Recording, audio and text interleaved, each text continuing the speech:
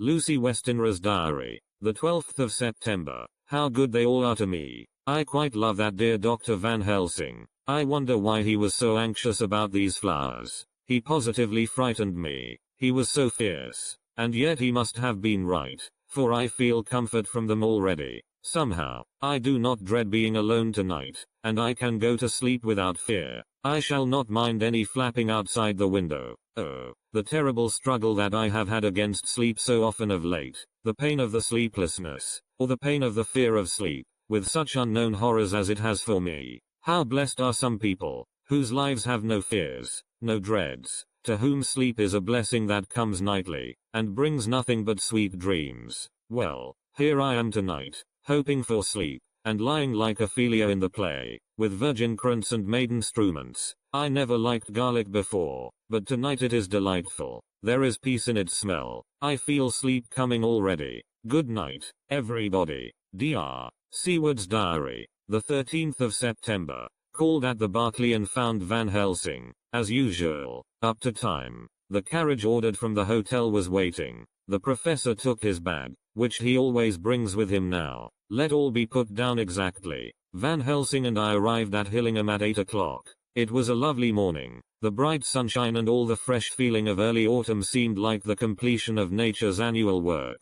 The leaves were turning to all kinds of beautiful colors, but had not yet begun to drop from the trees. When we entered we met Mrs. Westenra coming out of the morning room. She is always an early riser. She greeted us warmly and said, "You will be glad to know that Lucy is better. The dear child is still asleep." I looked into her room and saw her, but did not go in, lest I should disturb her. The professor smiled, and looked quite jubilant. He rubbed his hands together, and said, "Aha, I thought I had diagnosed the case. My treatment is working." To which she answered, "You must not take all the credit to yourself, Doctor. Lucy's state this morning is due in part to me." "How you do mean, Mom?" asked the professor. "Well, I was anxious about the dear child in the night, and went into her room. She was sleeping soundly, so soundly that even my coming did not wake her, but the room was awfully stuffy. There were a lot of those horrible, strong-smelling flowers about everywhere, and she had actually a bunch of them round her neck.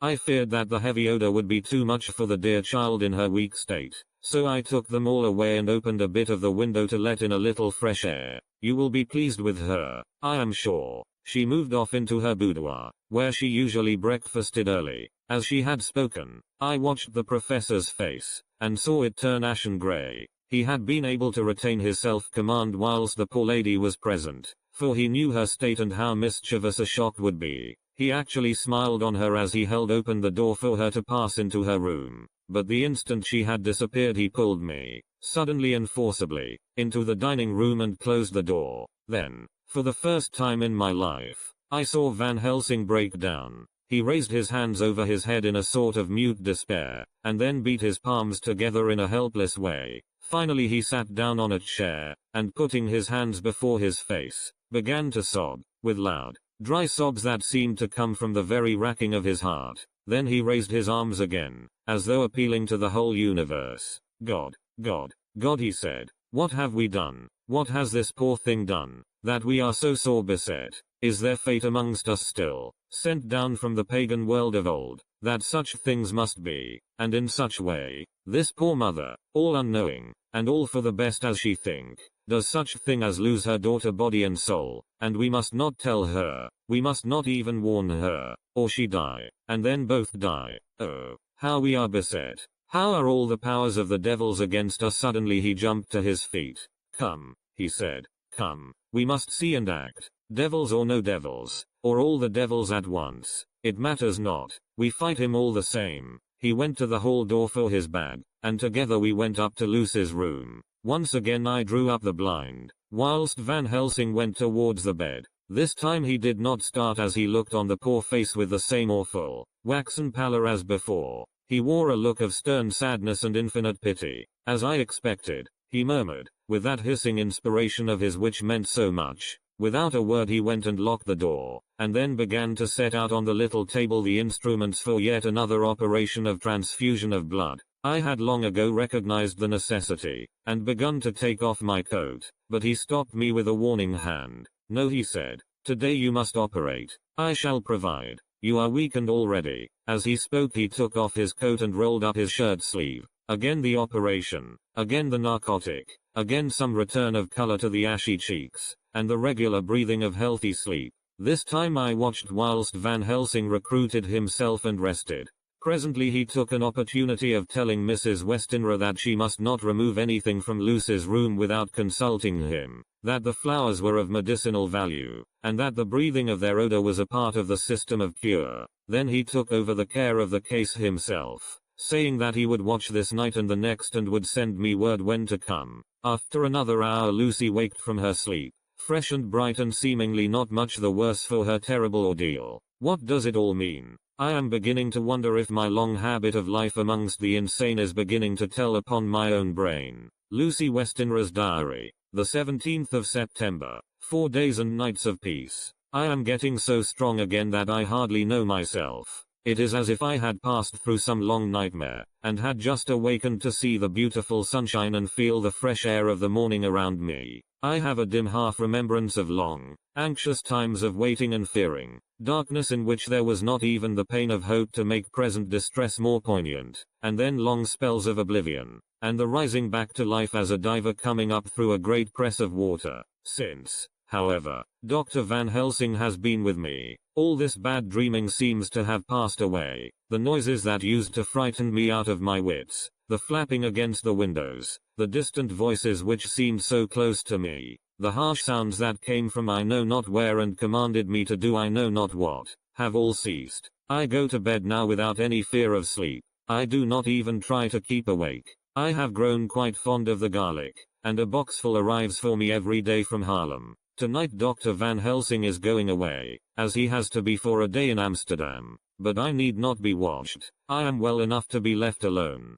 Thank God for mother's sake, and dear Arthur's, and for all our friends who have been so kind. I shall not even feel the change, for last night Dr. Van Helsing slept in his chair a lot of the time. I found him asleep twice when I awoke, but I did not fear to go to sleep again, although the boughs or bats or something napped almost angrily against the window panes. The Pall Mall Gazette, the 18th of September. The Escaped Wolf. Perilous adventure of our interviewer. Interview with the keeper in the zoological gardens. After many inquiries and almost as many refusals, and perpetually using the words Pall Mall Gazette as a sort of talisman, I managed to find the keeper of the section of the zoological gardens in which the wolf department is included. Thomas Bilder lives in one of the cottages in the enclosure behind the elephant house, and was just sitting down to his tea when I found him. Thomas and his wife are hospitable folk, elderly, and without children, and if the specimen I enjoyed of their hospitality be of the average kind, their lives must be pretty comfortable. The keeper would not enter on what he called business until the supper was over, and we were all satisfied. Then when the table was cleared, and he had lit his pipe, he said, "Now, sir, you can go on and ask me what you want. You'll excuse me refers in to talk of professional subjects afore meals. I gives the wolves and the jackals and the hyenas in all our section their tea afore I begins to ask them questions."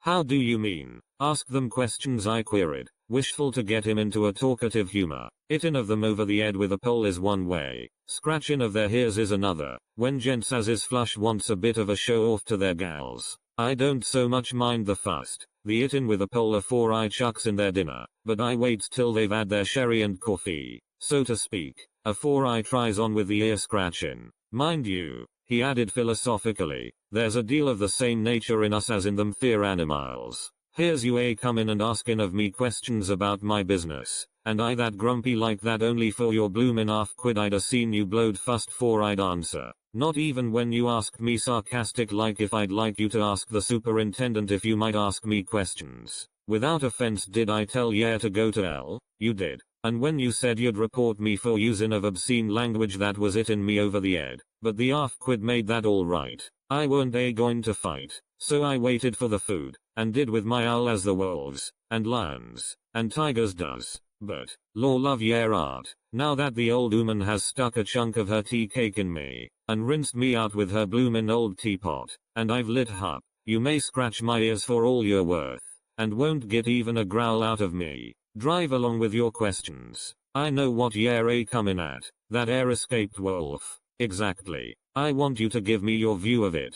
Just tell me how it happened, and when I know the facts I'll get you to say what you consider was the cause of it, and how you think the whole affair will end. Alright, governor. This here is about the old story. That wolf what we called Berserker was one of 3 grey ones that came from Norway to Jamratches, which we bought off him 4 years ago. He was a nice well-behaved wolf, that never gave no trouble to talk of. I'm more surprised at him for wanting to get out nor any other animal in the place. But, there, you can't trust wolves no more nor women. Don't you mind him, so broke in Mrs. Tom, with a cheery laugh. He's got mindin' the animals so long that blessed if he ain't like a old wolf myself. But there ain't no harm in him. Well, sir, it was about 2 hours after feedin' yesterday when I first hear my disturbance. I was making up a litter in the monkey house for a young puma which is ill, but when I heard the yelpin' and howlin' I came away straight. There was Berserker a tearin' like a mad thing at the bars as if he wanted to get out.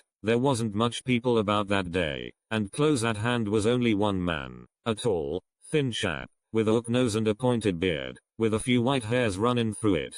He had a hard, cold look and red eyes, and I took a sort of mislike to him, for it seemed as if it was him as they was irritated at. He had white kid gloves on his hands, and he pointed out the animals to me and says, "Keeper, these wolves seem upset at something. Maybe it's you," says I, for I did not like the airs as he give myself. He didn't get angry, as I hoped he would, but he smiled a kind of insolent smile, with a mouth full of white, sharp teeth.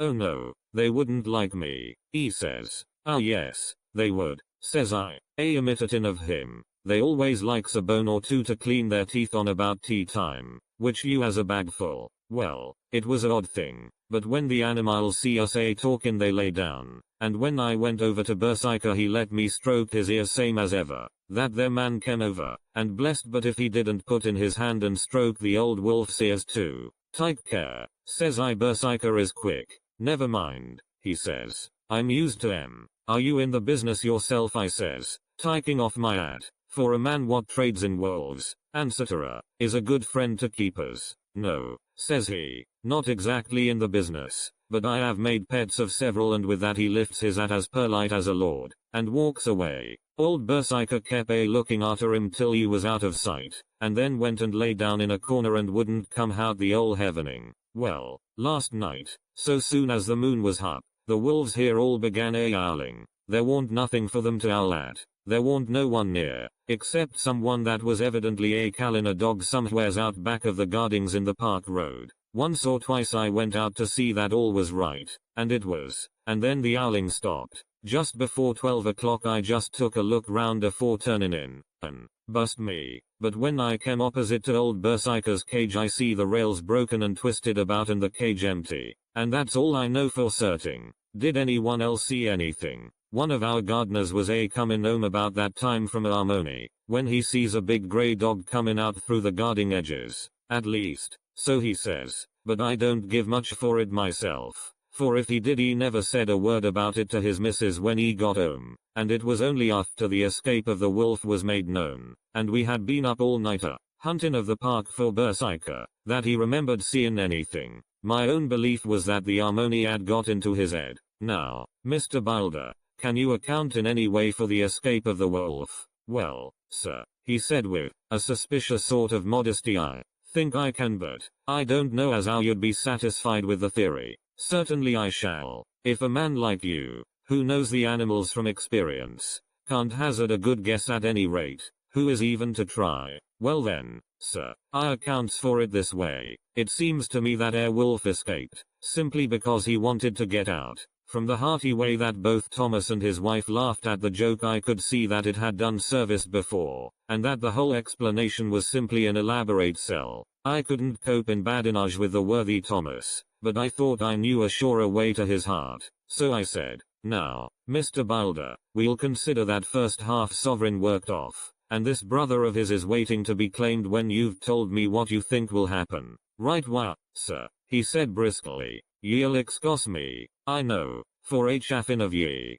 but the old woman here winked at me, which was as much as telling me to go on." "Well, I never said the old lady. My opinion is this, that wolf is hiding of, somewheres. The gardener what didn't remember said he was a galloping northward faster than a horse could go, but I don't believe him. 4. Yes, sir. Wolves don't gallop no more nor dogs does. They not bein' built that way. Wolves is fine things in a storybook, and I dessay when they gets in packs and does be chivying something that's more afeard than they is they can make a devil of a noise and chop it up, whatever it is. But, Lord bless you, in real life a wolf is only a low creature, not half so clever or bold as a good dog, and not half a quarter so much fight in him. This one ain't been used to fightin' or even to providin' for hisself, and more like he's somewhere round the park a hidin' and a shiverin' of, and, if he thinks at all, wonderin' where he is to get his breakfast from, or maybe he's got down some area and is in a coal cellar. My eye, won't some cook get a rum start when she sees his green eyes a shining at her out of the dark? If he can't get food he's bound to look for it, and mayhap he may chance to light on a butcher's shop in time. If he doesn't, and some nursemaid goes a walking off with a soldier, Levin of the infant in the perambulator, well, then I shouldn't be surprised if the census is one babby the less. That's all. I was handing him the half-sovereign, when something came bobbing up against the window, and Mr. Bilder's face doubled its natural length with surprise. God bless me, he said, if there ain't old Berserker come back by myself. He went to the door and opened it, a most unnecessary proceeding it seemed to me. I have always thought that a wild animal never looks so well as when some obstacle of pronounced durability is between us. A personal experience has intensified rather than diminished that idea. After all, however, there is nothing like custom, for neither Bilder nor his wife thought any more of the wolf than I should of a dog.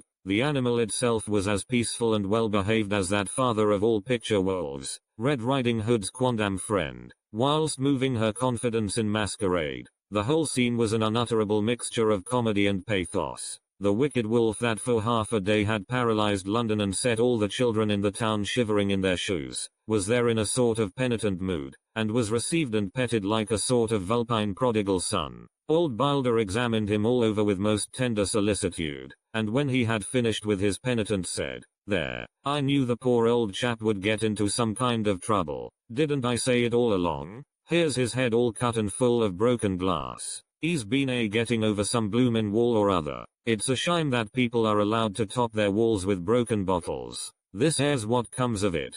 Come along, Berserker." He took the wolf and locked him up in a cage, with a piece of meat that satisfied, in quantity at any rate, the elementary conditions of the fatted calf, and went off to report. I came off, too, to report the only exclusive information that is given today regarding the strange escapade at the zoo. Dr. Seward's diary. The 17th of September, I was engaged after dinner in my study posting up my books, which, through press of other work and the many visits to Lucy, had fallen sadly into arrear. Suddenly the door was burst open, and in rushed my patient, with his face distorted with passion. I was thunderstruck, for such a thing as a patient getting of his own accord into the superintendent's study is almost unknown. Without an instant's pause he made straight at me. He had a dinner knife in his hand, and, as I saw he was dangerous, I tried to keep the table between us. He was too quick and too strong for me, however, for before I could get my balance he had struck at me and cut my left wrist rather severely.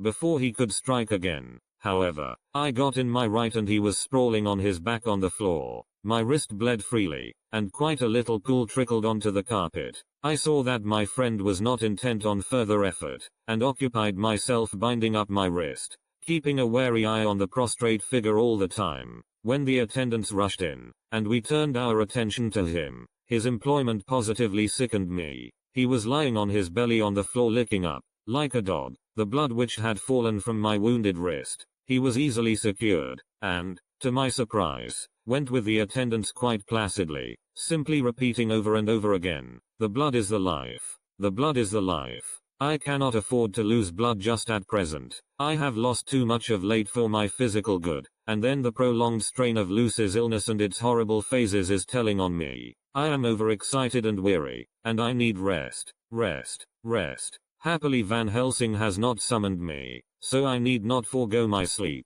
Tonight I could not well do without it." Telegram. Van Helsing, Antwerp, to Seward, Carfax. Sent to Carfax, Sussex, as no county given. Delivered late by 22 hours. the 17th of September. Do not fail to be at Hillingham tonight. If not watching all the time frequently, visit and see that flowers are as placed. Very important. Do not fail. Shall be with you as soon as possible after arrival. Dr. Seward's Diary. The 18th of September. Just off for train to London. The arrival of Van Helsing's telegram filled me with dismay. A whole night lost, and I know by bitter experience what may happen in a night. Of course it is possible that all may be well, but what may have happened? Surely there is some horrible doom hanging over us that every possible accident should thwart us in all we try to do. I shall take this cylinder with me, and then I can complete my entry on Lucy's phonograph.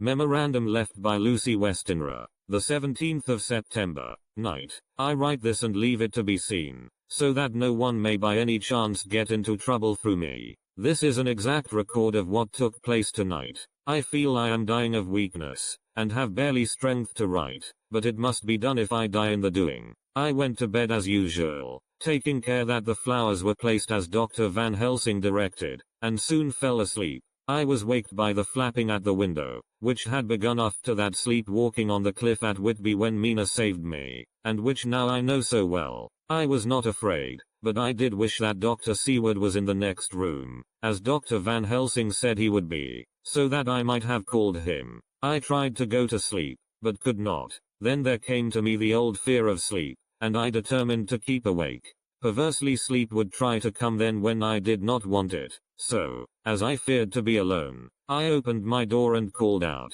"Is there anybody there?" There was no answer. I was afraid to wake mother, and so closed my door again. Then outside in the shrubbery I heard a sort of howl like a dog's, but more fierce and deeper. I went to the window and looked out, but could see nothing, except a big bat, which had evidently been buffeting its wings against the window. So I went back to bed again, but determined not to go to sleep. Presently the door opened, and mother looked in, seeing by my moving that I was not asleep, came in, and sat by me. She said to me even more sweetly and softly than her wont, "I was uneasy about you, darling, and came in to see that you were all right. I feared she might catch cold sitting there, and asked her to come in and sleep with me. So she came into bed, and lay down beside me. She did not take off her dressing gown, for she said she would only stay a while and then go back to her own bed. As she lay there in my arms, and I in hers, the flapping and buffeting came to the window again. She was startled and a little frightened, and cried out, 'What is that?' I tried to pacify her, and at last succeeded, and she lay quiet, but I could hear her poor dear heart still beating terribly. After a while there was the low howl again out in the shrubbery, and shortly after there was a crash at the window, and a lot of broken glass was hurled on the floor. The window blind blew back with the wind that rushed in, and in the aperture of the broken panes there was the head of a great,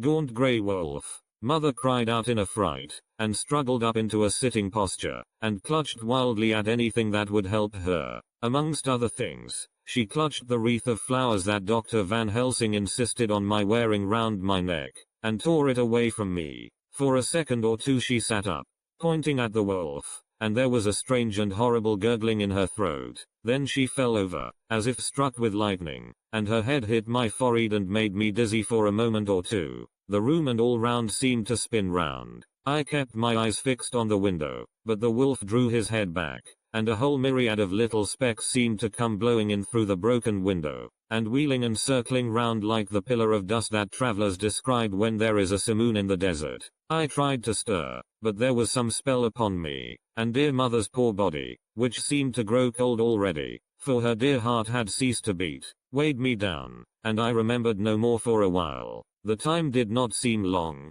but very, very awful, till I recovered consciousness again. Somewhere near, a passing bell was tolling, the dogs all round the neighborhood were howling, and in our shrubbery, seemingly just outside, a nightingale was singing. I was dazed and stupid with pain and terror and weakness, but the sound of the nightingale seemed like the voice of my dead mother come back to comfort me. The sound seemed to have awakened the maids, too, for I could hear their bare feet pattering outside my door. I called to them, and they came in, and when they saw what had happened, and what it was that lay over me on the bed, they screamed out. The wind rushed in through the broken window, and the door slammed to. They lifted off the body of my dear mother, and laid her, covered up with a sheet, on the bed after I had got up. They were all so frightened and nervous that I directed them to go to the dining room and have each a glass of wine. The door flew open for an instant and closed again. The maid shrieked, and then went in a body to the dining room, and I laid what flowers I had on my dear mother's breast. When they were there I remembered what Dr. Van Helsing had told me, but I didn't like to remove them,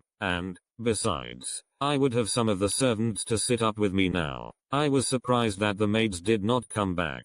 I called them, but got no answer, so I went to the dining room to look for them. My heart sank when I saw what had happened. They all four lay helpless on the floor, breathing heavily. The decanter of sherry was on the table half full, but there was a queer, acrid smell about. I was suspicious, and examined the decanter. It smelt of laudanum, and looking on the sideboard, I found that the bottle which mother's doctor uses for her, did use, was empty. What am I to do? What am I to do? I am back in the room with mother. I cannot leave her, and I am alone, save for the sleeping servants, whom someone has drugged, alone with the dead. I dare not go out, for I can hear the low howl of the wolf through the broken window. The air seems full of specks, floating and circling in the draft from the window, and the lights burn blue and dim. What am I to do? God shield me from harm this night. I shall hide this paper in my breast, where they shall find it when they come to lay me out. My dear mother gone.